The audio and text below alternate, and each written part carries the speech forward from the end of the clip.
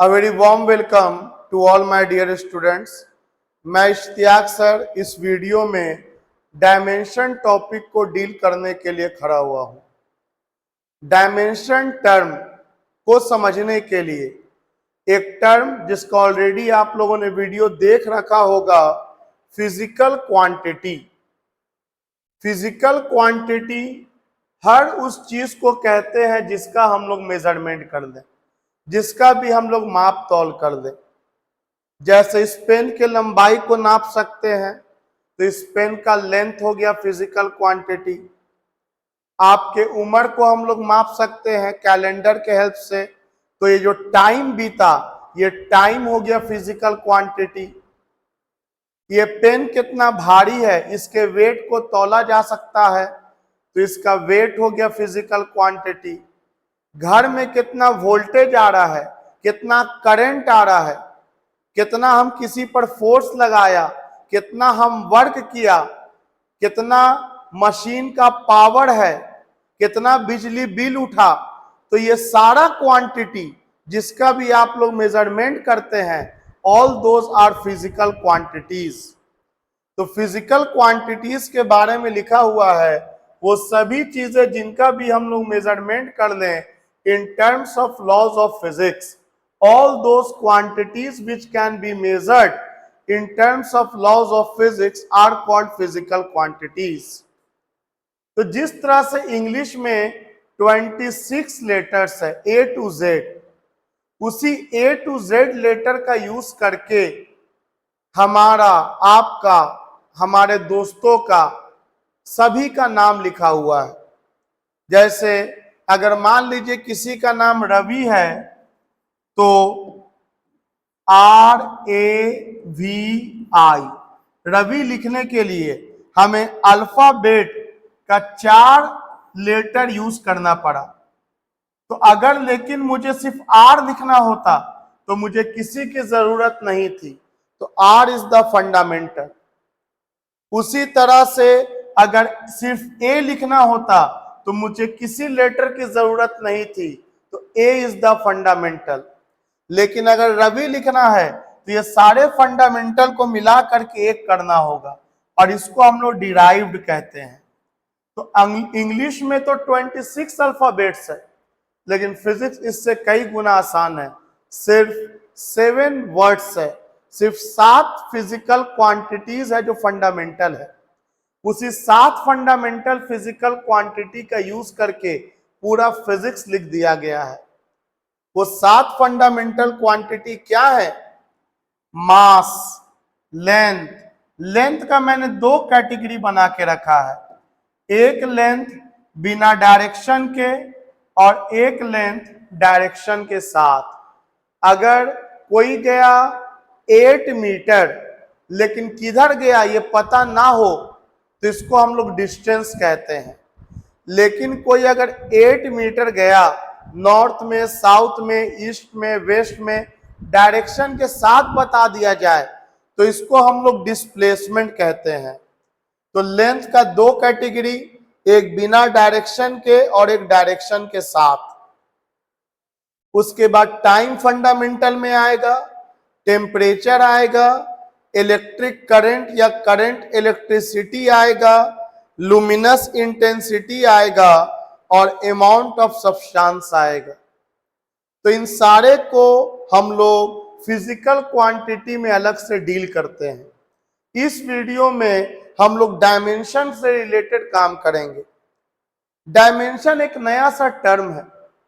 मैं आपको समझाने के लिए यूं बताऊं कि जैसे बचपन में आप लोगों ने सीखा होगा 1 ऐसे लिखते हैं, 2 ऐसे लिखते हैं, 3 ऐसे लिखते हैं, 5 ऐसे लिखते हैं, 6 ऐसे लिखते हैं, 8 ऐसे लिखते हैं, 10 ऐसे लिखते हैं। उसके बाद जब आप थोड़ा बड़े हुए होंगे तो आपको रोमन नंबर बताया गया होगा और रोमन नंबर में आपको बोला गया होगा कि इन लोगों के लिखने का तरीका 1 को ऐसे है, 2 को रोमन नंबर में ऐसे लिखते हैं, 3 को रोमन नंबर में ऐसे लिखते हैं, 5 को रोमन नंबर में V से लिख देते हैं, 6 को रोमन नंबर में ऐसे लिखते हैं, 10 को रोमन नंबर में ऐसे लिखते हैं।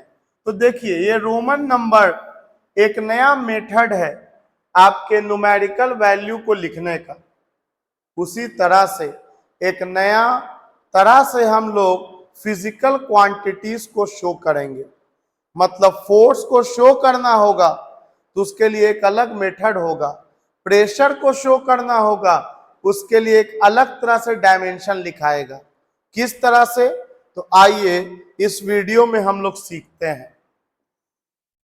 इससे पहले आप लोगों ने डायमेंशन नहीं पढ़ा है, जस्ट लाइक जैसे पहली बार रोमन नंबर पढ़ा था, तो आज पहली बार आप लोग डायमेंशन के बारे में स्टडी करेंगे। मास के लिए हम लोग डायमेंशनल फॉर्मूला एम यूज करते हैं, लेंथ के लिए डायमेंशनल फॉर्मूला एल यूज करेंगे, और डायमेंशन को बिना डायरेक्शन और डायरेक्शन से कोई मतलब नहीं है, दोनों के लिए ही हम लोग एल का इस्तेमाल करते हैं। टाइम के लिए हम लोग टी का यूज करेंगे और कैपिटल यूज करना है। टेम्परेचर के लिए के का, करंट इलेक्ट्रिसिटी के लिए आई भी चलेगा और ए भी चलेगा। लुमिनस इंटेंसिटी जो रोशनी को नापने के लिए यूज होता है, जिसका यूनिट कैंडिला होता है, इसके लिए हम लोग जे का इस्तेमाल कर लेते हैं। और अमाउंट ऑफ सब्सटेंस जिसका यूनिट मोल होता है, ये डायमेंशनलेस होता है।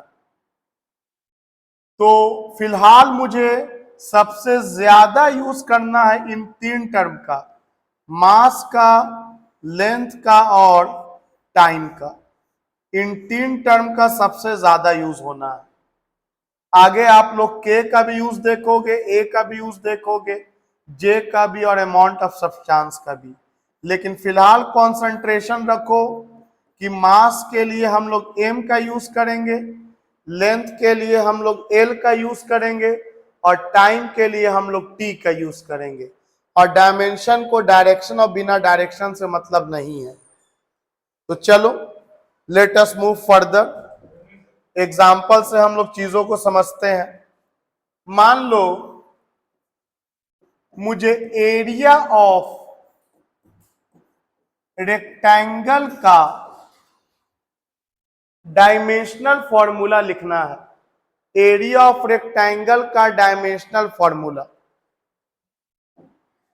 तो पहले रेक्टेंगल आपके दिमाग में आना चाहिए। कुछ इस तरह का होता है जिसके पास लेंथ भी होता है और ब्रेथ भी होता है। और एरिया का फॉर्मूला आपको पता होना चाहिए, लेंथ इनटू ब्रेथ।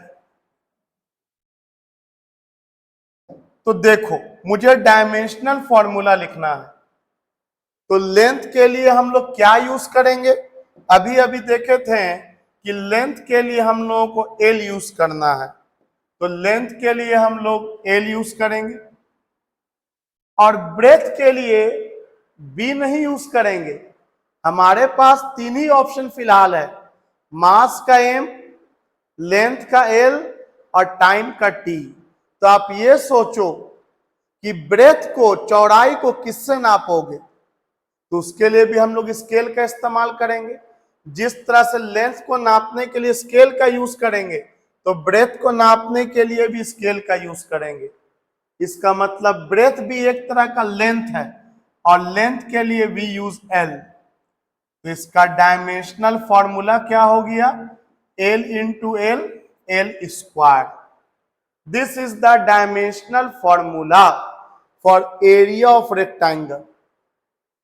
और ये एल के ऊपर जो पावर है 2, इस पावर को ही डायमेंशन कहते हैं बाबू। डायमेंशन का मतलब होता है फिजिकल क्वांटिटी के ऊपर जो पावर चढ़ा होता है, that power is called dimension. मतलब डायमेंशन के बारे में इंग्लिश में बोल सकते हैं, it is the power raised to the physical quantity. Physical quantity के ऊपर जो पावर आप देखते हैं, that power is called dimension. इसे हम लोग एक और तरीके से भी लिख सकते हैं। क्या आपको यहां मास दिख रहा है? बोलेंगे नहीं, तो मास के ऊपर पावर जीरो।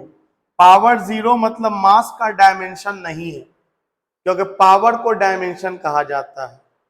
आपको लेंथ दिख रहा है? बिल्कुल सर, लेंथ का पावर 2, लेंथ का डायमेंशन 2 है।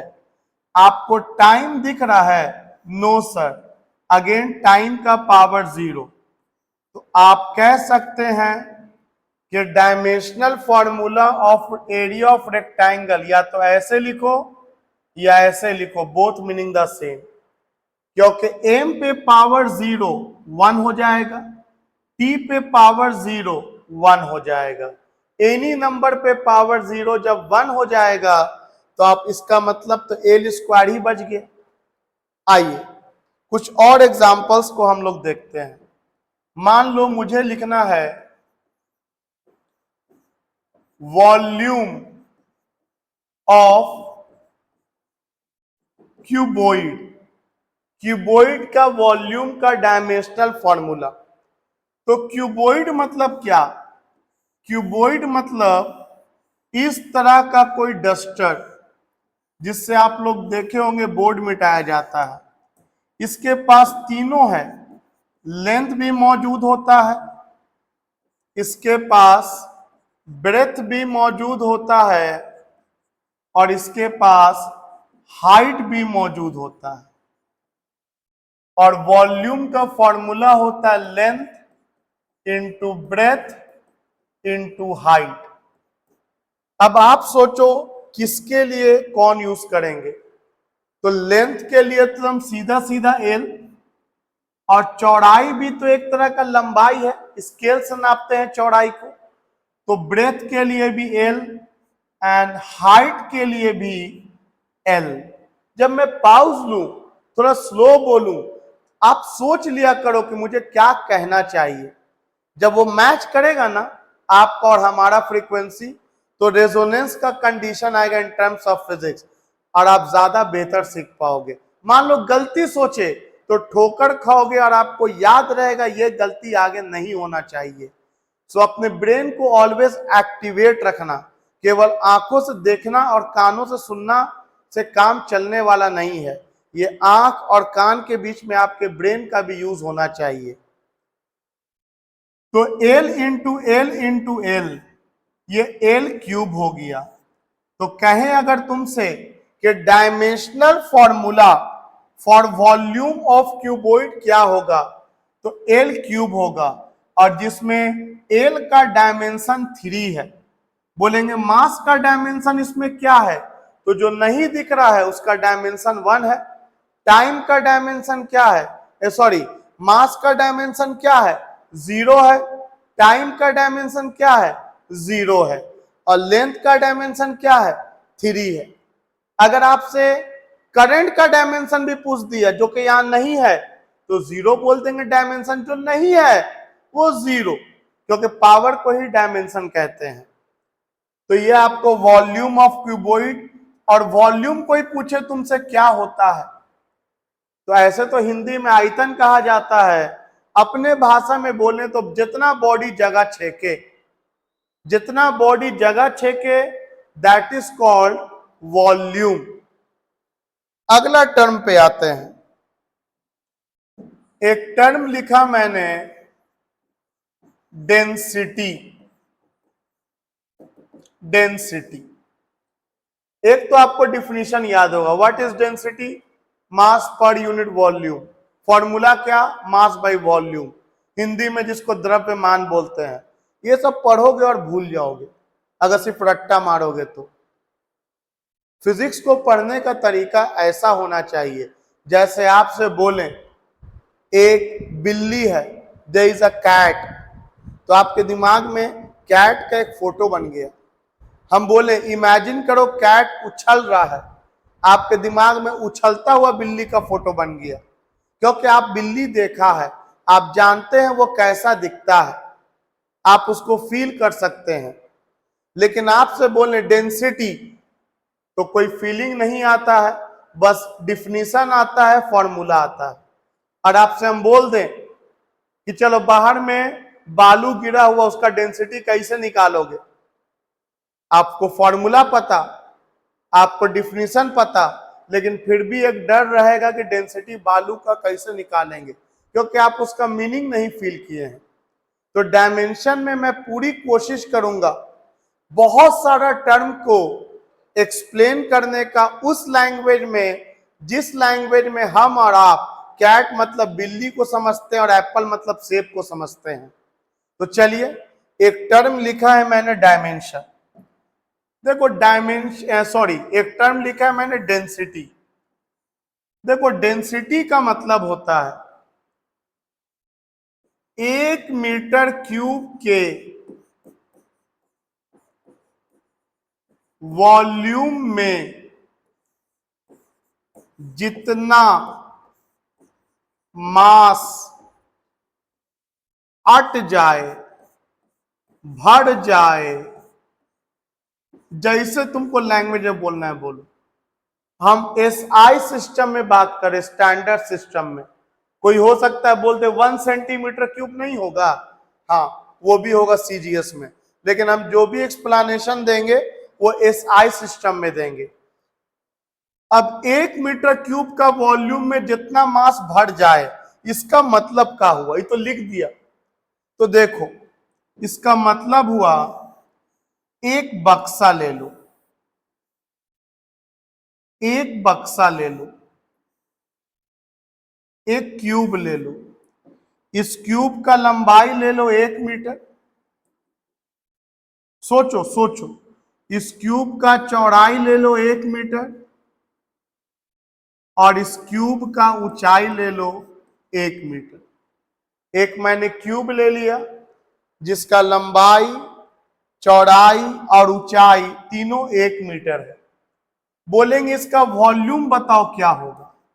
तो बोलेंगे सर वॉल्यूम तो होता है length into breadth into height, तो 1 metre into 1 metre into 1 metre, तो 1 मीटर क्यूब, जिसको यूनिट वॉल्यूम कहा जाता है। यूनिट एक लगा है तो यूनिट वॉल्यूम कहा जाता है। तो मैंने आपसे कहा 1 मीटर, और जब 1 मीटर बोले उस 1 मीटर को अगेन फील करो। 1 मीटर कितना बड़ा होगा? इतना बड़ा होगा? नहीं, इतना बड़ा होगा कुछ 1 मीटर।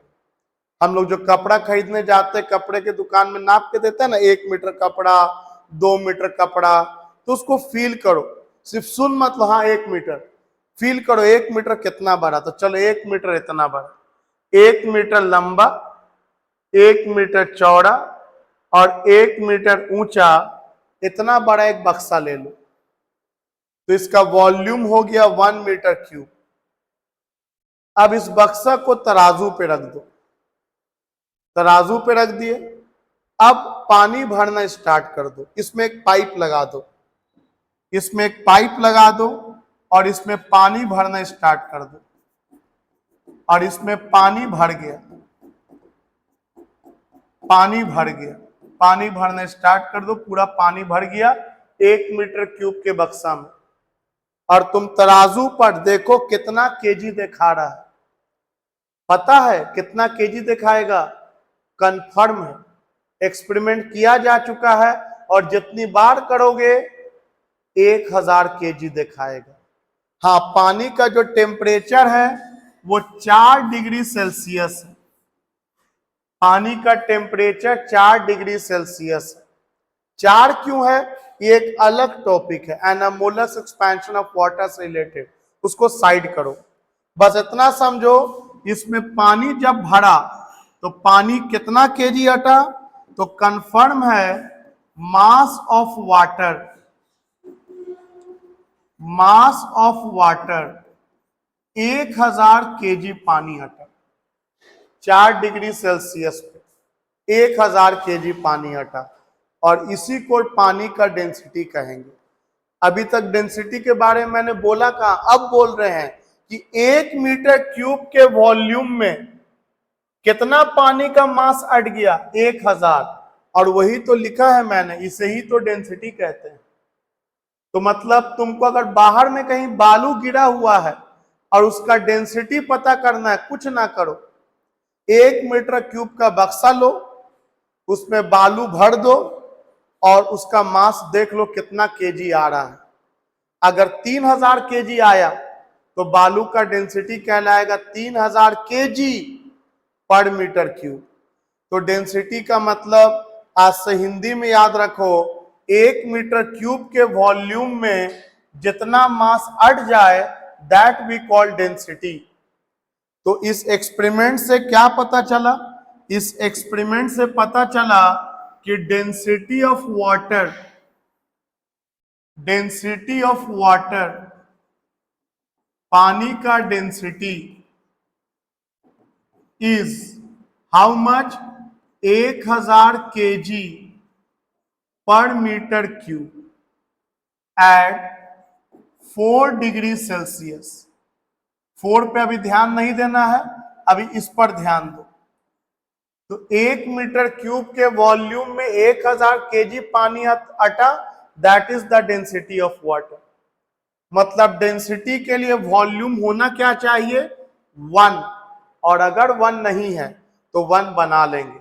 मान लो अगर मेरे पास जो डब्बा है वो 1 मीटर क्यूब का नहीं है, मेरे पास जो डब्बा है वो 2 मीटर क्यूब का डब्बा है और इसमें पेट्रोल भर दिया